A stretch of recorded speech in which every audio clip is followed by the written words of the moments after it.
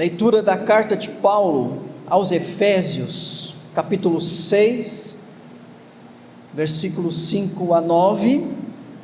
Esse texto, irmãos e irmãs, está dentro de um contexto onde Paulo está tratando do novo modo de vida do cristão, os novos padrões que guiam o cristão na sua vida.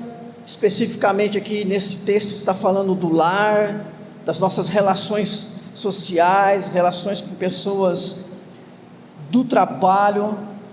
Mas hoje é mais um sermão temático. Semana passada nós pegamos esse tema arrependimento e culpa, ou culpa e arrependimento. Hoje o tema da nossa mensagem é culpa e vergonha. Então desse texto eu quero só destacar nesse momento o versículo 6, especialmente comecinho: não servindo à vista. Ok? Vamos guardar isso na nossa mente. Semana passada nós vimos como que o tema arrependimento é recorrente nas Escrituras. A pregação de João Batista era para o arrependimento. Quando Jesus começa o seu ministério, logo após ser batizado, ele também tem a mesma mensagem de João Batista: arrependimento. Arrependam-se. A primeira pregação apostólica, a primeira pregação da igreja neotestamentária, através de Pedro, quando perguntaram, diante do que foi exposto a respeito de Jesus: que faremos, irmãos? O que a gente faz então? A instrução de Pedro: arrependam-se, arrependam-se. Vimos também que desde o Antigo Testamento o povo é chamado ao arrependimento, inclusive o próprio povo de Deus é chamado ao arrependimento, a conversão. A vida cristã requer o arrependimento, faz parte do arrependimento. Mas conforme nós vimos na semana passada, é diante do sentimento de culpa que entendemos a necessidade do arrependimento. O sentimento de culpa é um alerta, um aviso da nossa consciência. Nossa consciência é aquela instância aqui da nossa mente que faz aquele papel de juiz, é o nosso próprio juiz, é nós julgando e sendo juízes e acusadores de nós mesmos. Nós sabemos muito bem o que é o sentimento de culpa, e é então deste incômodo do sentimento de culpa que nós entendemos a necessidade do arrependimento. E nós vimos algumas coisas na semana passada que eu quero mais uma vez aqui reforçar e tornar ainda mais claras, se possível. Primeira coisa é que se a culpa nunca é sentida, se nós temos a condição de uma pessoa que nunca sente culpa, mesmo praticando atos perversos, então nós podemos dizer que essa pessoa precisa de um tratamento urgente. Ela precisa cuidar urgentemente das suas condições mentais e espirituais, porque a situação dela é muito grave. Grave. Mas também, irmãos e irmãs, nós vimos que se uma pessoa, ou se a culpa é deliberadamente ignorada, a pessoa pode agir perversamente e não se arrepender disso. Nós temos o caso do texto que nós estudamos na semana passada, de Mateus 3, os versículos 7 e 8, quando os fariseus e saduceus vão para ser batizados. Eles ignoravam a sua condição de culpa enquanto pecadores, e foram advertidos por João.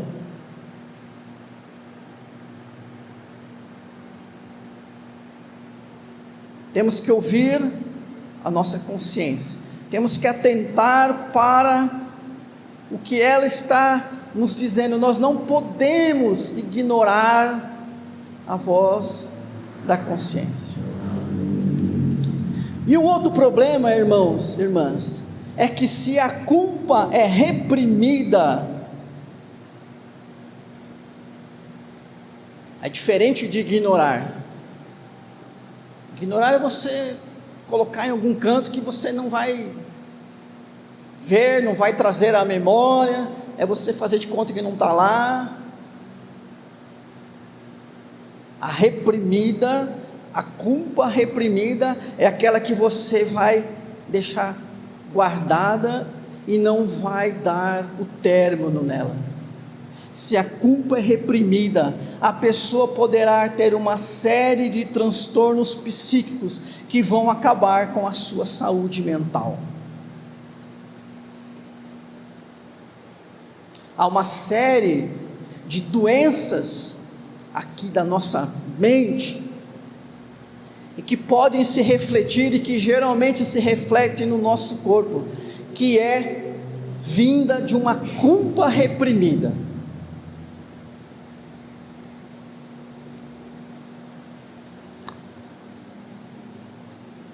Por isso, irmãos e irmãs, é um grande erro nosso não confessar os nossos pecados. A confissão acompanhada de arrependimento. É um grande erro nosso não confessar os nossos pecados e não usufruir do perdão divino. Desde o início do culto, nós estamos lendo aqui textos, comentários, orações, e nós pudemos, irmãos e irmãs, já trazer aqui a nossa memória a gratuidade do perdão divino, desse Deus que nos perdoa. Nós temos a obra de Cristo por nós, e que continuamente age para nos perdoar, continuamente, diante do arrependimento, da confissão, com arrependimento, continuamente nós podemos contar com essa graça de Deus nos perdoando. Nós temos essa oportunidade na nossa oração individual. Confessar os pecados não é algo que está fora do alcance, como se não houvesse oportunidade para a confissão de pecados. Na nossa oração individual, podemos e devemos pedir o perdão.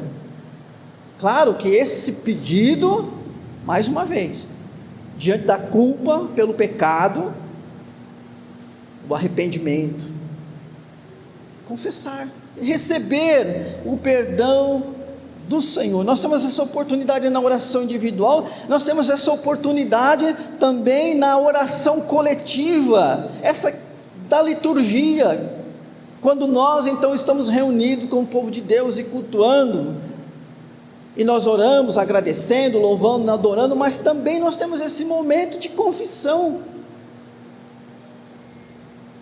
confessamos os nossos pecados.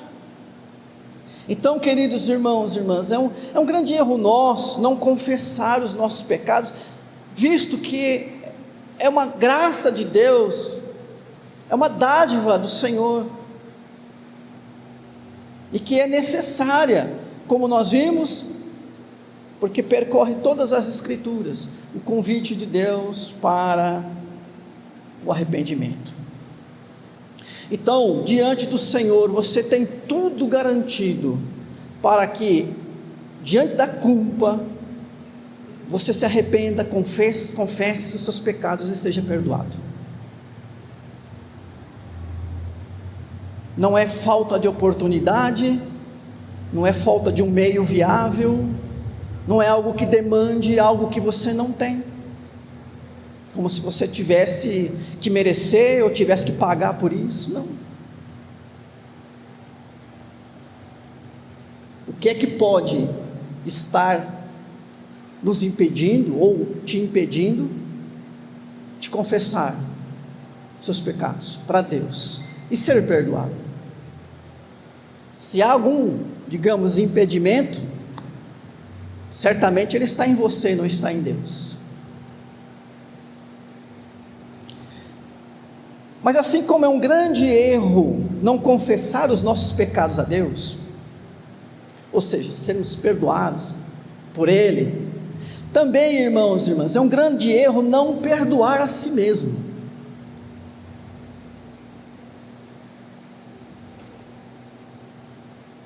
Erro que não é incomum e que acontece quando nós não perdoamos a si mesmo. Às vezes nós temos entendimento de que o outro, o próximo, as pessoas já nos perdoaram, quem sabe até já confessamos diante de Deus com arrependimento sincero e, olha, eu sei que Deus me perdoou, mas falta a gente se perdoar.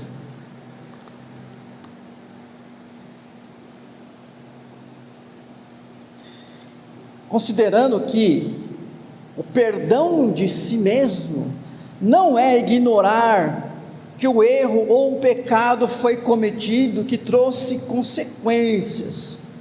Às vezes a pessoa não quer perdoar a si mesma porque ela fica assim, não, mas parece que se eu perdoar é como se não tivesse acontecido, é como se eu não tivesse feito nada, é como se eu não tivesse causado consequências que foram difíceis e trouxe transtorno para as pessoas. Perdoar não é passar uma borracha nessas coisas, como se elas não tivessem existido. O perdoar a si mesmo, o perdoar a si mesmo, irmãos, irmãs, é dar um fim saudável e correto ao sentimento de culpa, o que nos deixa doentes, o que nos atormenta é aquele sentimento de culpa que não vai embora, é aquela voz da consciência que não se cala. Se você perde o sono, ela está lá, no silêncio da madrugada. Se você fica sozinho por alguma razão, lá está ela. Se um determinado assunto é falado, você na hora já passa mal porque te faz lembrar, consciência vem à tona. Perdoar a si mesmo é dar um fim saudável, um fim correto ao sentimento de culpa. O que você fez, o erro que você cometeu, se você trouxe algum tipo de prejuízo, isso está lá existindo, isso aconteceu, mas ao perdoar a si mesmo, você está aplacando em si mesmo esse sentimento de culpa.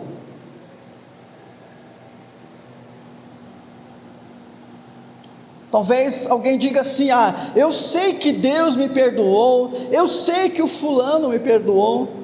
Ótimo, queridos, só que esse saber é importante, consolador, mas se não houver uma finalização do sentimento de culpa, a doença se instaura e deixará marcas. Hoje sabe-se que muitos comportamentos obsessivos, depressão, enxaquecas, noites mal dormidas, podem vir de um sentimento de culpa que não está tendo um fim saudável, que está ficando ali reprimido, que não está sendo tratado. E o que é que falta? O que aplaca o sentimento de culpa é o perdão. É o perdão.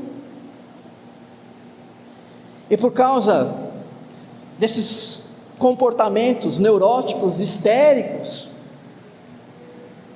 muita gente, ao invés de entender o que está acontecendo, de buscar sabedoria do céu, lidar consigo mesmo, tratar esse sentimento de culpa, vai para os remédios, para a dependência de remédios.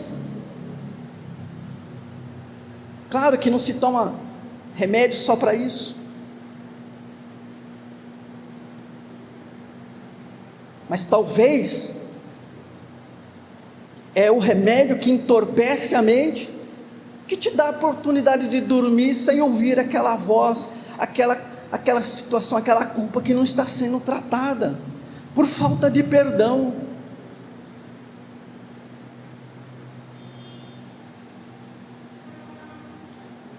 E não adianta você pensar assim: eu não vou mais ouvir a minha consciência, eu vou ignorá-la, vou viver como alguém que não tem consciência.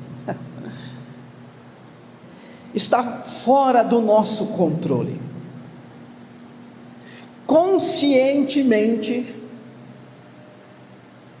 e quando eu digo conscientemente, é aquilo que nós seres humanos conseguimos fazer com a nossa mente deliberadamente. Conscientemente nós não conseguimos eliminar a consciência. Nós podemos reprimi-la, mas não eliminá-la. E essa repressão é que nos faz mal. Não tem como. Nós podemos nos tapar os ouvidos para a voz dos outros. Nós podemos deixar de ouvir o que os outros estão dizendo, mas nós não conseguimos deixar de ouvir o que nós mesmos estamos dizendo para nós mesmos. Está ali, está no nosso eu, faz parte da nossa vida. E nós sabemos, irmãos e irmãs, que é ali na consciência que Deus fala conosco também. Vou voltar a esse texto lá de Romanos, que nós vimos a semana passada, né? Mas Paulo fala da consciência, como a consciência, ela é um instrumento de Deus, como Deus fala conosco por meio dela. Então, é um erro você não confessar os seus pecados a Deus. Através da sua consciência, Ele vai ficar te alertando, dizendo: olha, você está no pecado, você está no erro. E graças a Deus dessa voz do Senhor, né, que nos adverte do pecado e do erro, graças a Deus que Deus fala conosco. E se você não perdoar a si mesmo, essa voz vai estar lá, vai continuar lá.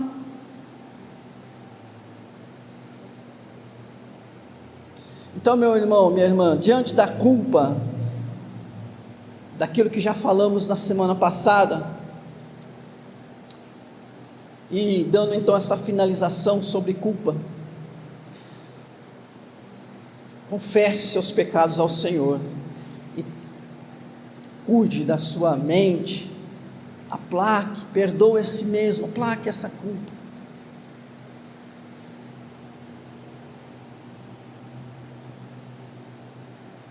Mas nós queremos falar também, irmãos e irmãs, da vergonha. Da vergonha. Não é incomum, aliás, eu acho que é comum e é próprio da nossa natureza, que ao cometer algum mal, diante de pessoas, de conhecimento das pessoas, a gente fala assim: nossa, estou morrendo de vergonha. É uma expressão, né? Claro.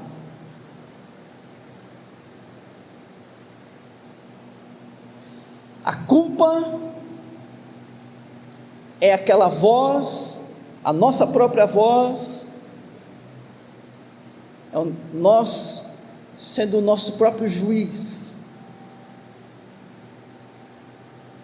A vergonha é quando o nosso pecado, o nosso mal é do conhecimento do outro, e isso também nos afeta.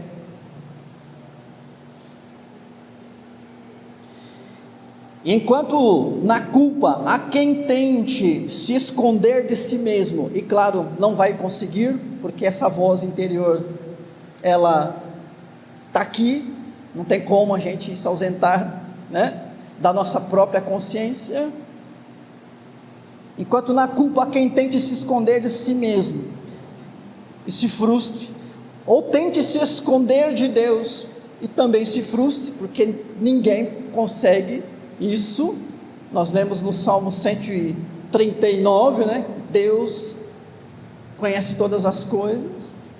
Enquanto na culpa, então, há quem tente se esconder de si mesmo, na vergonha pode haver uma tentativa de se esconder dos outros.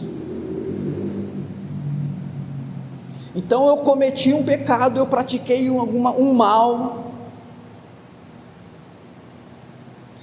Se eu não seguir o caminho do arrependimento, da confissão a Deus e de perdoar a si mesmo,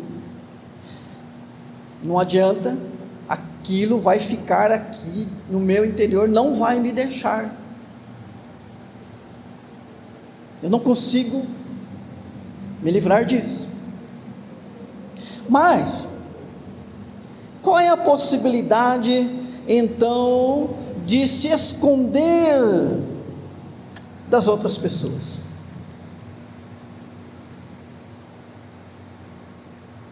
Para não sentir vergonha.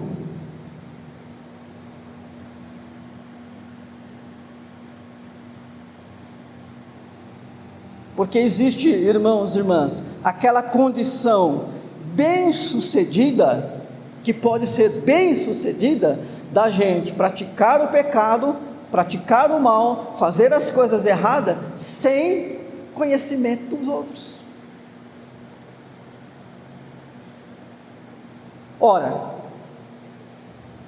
se ninguém viu, eu não tenho que sentir vergonha de nada. Hoje em dia, existe um artifício muito comum hoje, é o das pessoas se tornarem invisíveis, anônimas, viver numa espécie de anonimato, fazer as coisas sem que os outros possam ver ou te identificar. Daí que eu peguei aquele texto de Efésios, capítulo 6 ali, né, naquele versículo que fala daqueles que só queriam servir à vista, fora da vista, né, a vista ali no caso do seu Senhor, não tinha problema de fazer ou não fazer, porque isso não incomodava, porque se não incomodava o outro, se não envolvia a vida do outro, fora então da vista e do conhecimento do outro, eu posso fazer o que eu quero. Então, irmãos e irmãs, hoje há muitas pessoas que estão vivendo em meio a uma grande sociedade, mas de modo invisível ou anônima. Como é que faz isso? Por exemplo, criando nomes fictícios nas redes sociais. Então eu crio um perfil oficial, o perfil Alexandre Gaona, certo? Aquele é o perfil oficial. Ali estou com a minha família, meus amigos, ali eu estou orando, louvando, ali eu estou praticando bem, ajudando as pessoas. Ou seja, é aquela linha do tempo que mostra o Alexandre santo e comprometido, que não tem nada a ser criticado, pelo contrário, quem sabe até invejado. Mas eu quero opinar outras coisas, mas eu quero também fazer parte de outros grupos. Só que assim, como cristão, né, eu vou ficar com vergonha se as pessoas virem que eu estou acessando determinados grupos, fazendo parte de determinadas pesquisas. Então eu criei um perfil falso, né? Então, um é o Alexandre Gaona, o outro é o Alex 66529, sei lá. Põe um nome lá, para não falar outros mais esquisitos. E ali agora sim, ninguém, não põe informação nenhuma, ou coloca informações falsas. Eu sou homem, ponho que é mulher, eu nasci em São Paulo, ponho que eu nasci lá no Nordeste, eu tenho 50 e tantos anos, não vou falar, né? Ponho lá que eu sou um cara de 25, arranjo uma foto, né, qualquer aí, ou se não uma figura, ponho lá. E aí, nesse anonimato, agora eu posso fazer o que eu não posso fazer no outro perfil, o perfil verdadeiro. Porque lá no perfil verdadeiro, se eu, conforme o que eu falar, ou fizer, eu vou sentir vergonha dos meus irmãos, da minha família, meus amigos vão ficar vendo. Então, vamos criar nomes fictícios. Um perfil que é para os irmãos da igreja, um perfil que é para os meus amigos do trabalho. Cuidado, não é? Porque o nome pode ser diferente, mas você é a mesma pessoa, e Deus não te conhece pelo nome, e nem a tua consciência te conhece pelo seu nome.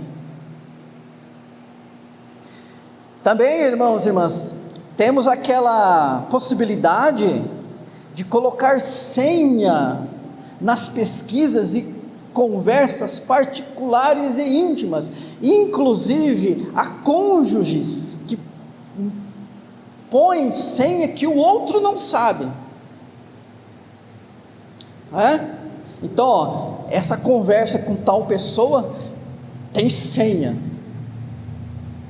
ninguém sabe, nem minha esposa, nem meu esposo sabe, é coisa minha, é meu segredinho, certo? Não estou dizendo que quem faz isso obrigatoriamente está colocando lá coisas, né, que não são morais, cristãs, mas estou dizendo que essa é uma possibilidade dada hoje para nós.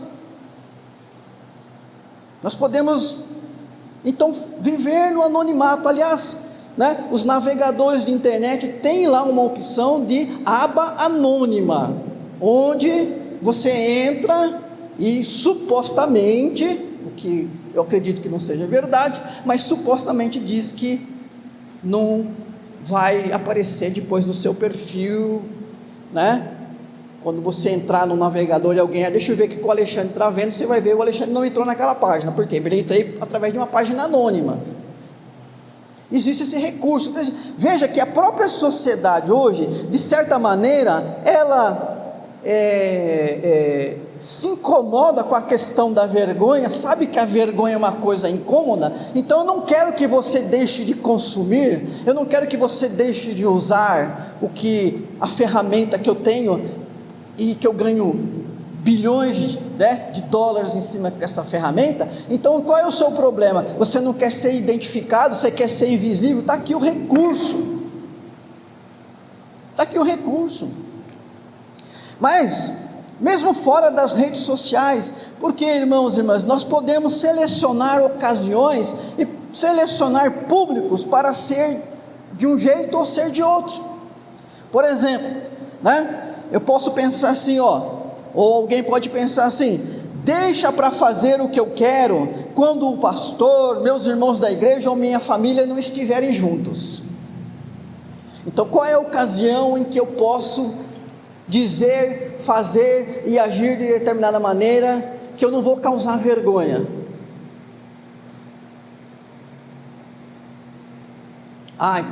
Com esse grupo eu não posso falar isso, com esse grupo eu posso. Podemos selecionar o público, né? Deixa para eu fazer quando eu estiver com pessoas menos acusadoras, quando eu estiver entre quem não tem de vergonha de fazer o mesmo que eu quero fazer, que hoje também possibilita você fazer parte de grupos, né? Que para eles não é vergonhoso fazer algumas coisas que é vergonhoso para o cristão fazer. Então, com um crente junto eu não faço, porque para o crente é vergonhoso. Mas então, quando eu estou com um não crente, isso não vai chegar ao conhecimento do crente ou da minha família, então aí eu faço.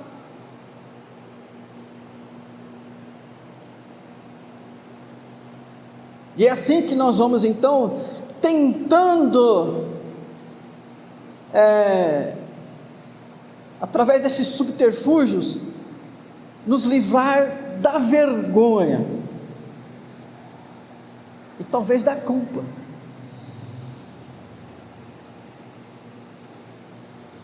Podemos preparar um subterfúgio, né?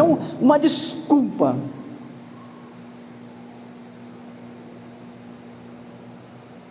Tem aquele que se embriaga, e aí quando ele se embriaga, ele não sente vergonha, e aí ele fala um monte de coisa, ele põe para fora um monte de coisa.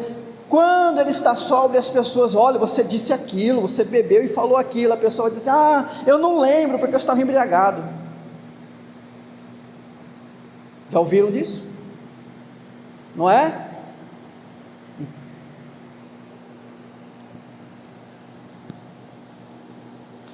Então, irmãos, irmãs, como Paulo diz, olha, não é só a vista,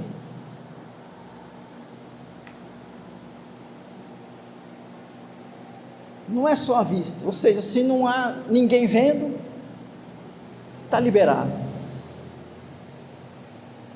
Vocês perceberam como hoje nós vivemos uma sociedade em que as pessoas estão vivendo de duas formas. Elas são uma quando estão debaixo da vigilância de alguém, e são outra quando não estão debaixo da vigilância ou do conhecimento de alguém. A gente percebe isso muito no trânsito, não é? Percebe isso no trânsito. Se não tem ali um agente fiscalizador que possa aplicar algum tipo de multa, a pessoa passa farol vermelho, anda acima do limite estabelecido, ela anda assim. Não é aquele que vem correndo, quando chega o radar, aí ele passa bonitinho no radar, porque ali tem vigilância. Passou o radar, ele acelera de novo, anda acima das regras da rodovia. Isso é um exemplo para a gente considerar, né? Ou seja, não havendo vigilância, se não há ninguém vendo, então eu não tenho do que me envergonhar. Não tenho do que me envergonhar. Como é que você se sente quando entra num lugar e você já vê uma câmera de vigilância ali? Como é que você se sente? Ou como que as pessoas se sentem? Como que elas agem num lugar onde tem vigilância, onde não tem? Muda o comportamento das pessoas? Então, irmãos, irmãs, nós precisamos nos atentar. Hoje nós vivemos numa sociedade onde cada vez mais as pessoas estão sendo ensinadas a não se sentirem culpadas pelo que fazem. A pessoa faz, vive, escolhe um jeito de viver. A voz da sociedade é: não se culpe, não fica, né, não sinta culpa por isso não, né? Mas a vergonha está sendo uma coisa um pouco mais difícil.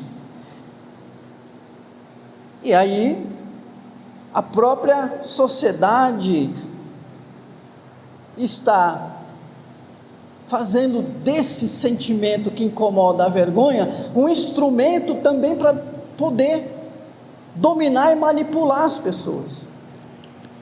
Nós temos, por exemplo, cidades, por exemplo, a cidade de Londres, todas as ruas têm câmeras. Em todas as ruas tem câmeras, para você ter uma ideia.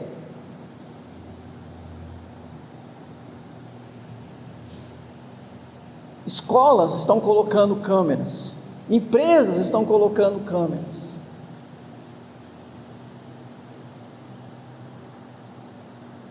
Diante então, da presença do outro,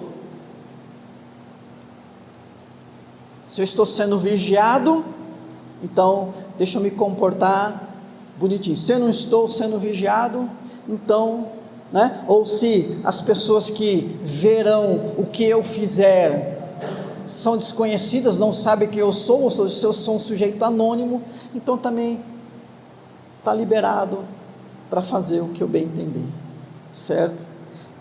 Aí vem a advertência do apóstolo Paulo: olha, não servindo à vista. E nesse caso aqui, Paulo está fazendo, por quê? Porque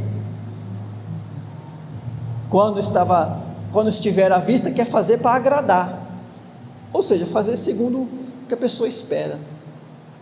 Mas como servos de Cristo, fazendo de coração a vontade de Deus, servindo de boa vontade como ao Senhor e não como a homens.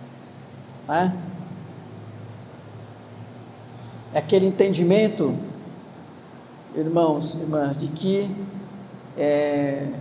não sei quem está vendo, não sei quem não está vendo, mas eu sei que eu mesmo, tenho a minha consciência de que Deus sabe tudo o que eu faço. O que importa é isto, que diante de Deus eu estou fazendo de boa vontade o melhor, que eu mesmo estou fazendo o melhor segundo a minha própria consciência. E assim então, irmãos e irmãs, nós temos que viver a vida cristã. Que Deus nos abençoe. Vamos orar.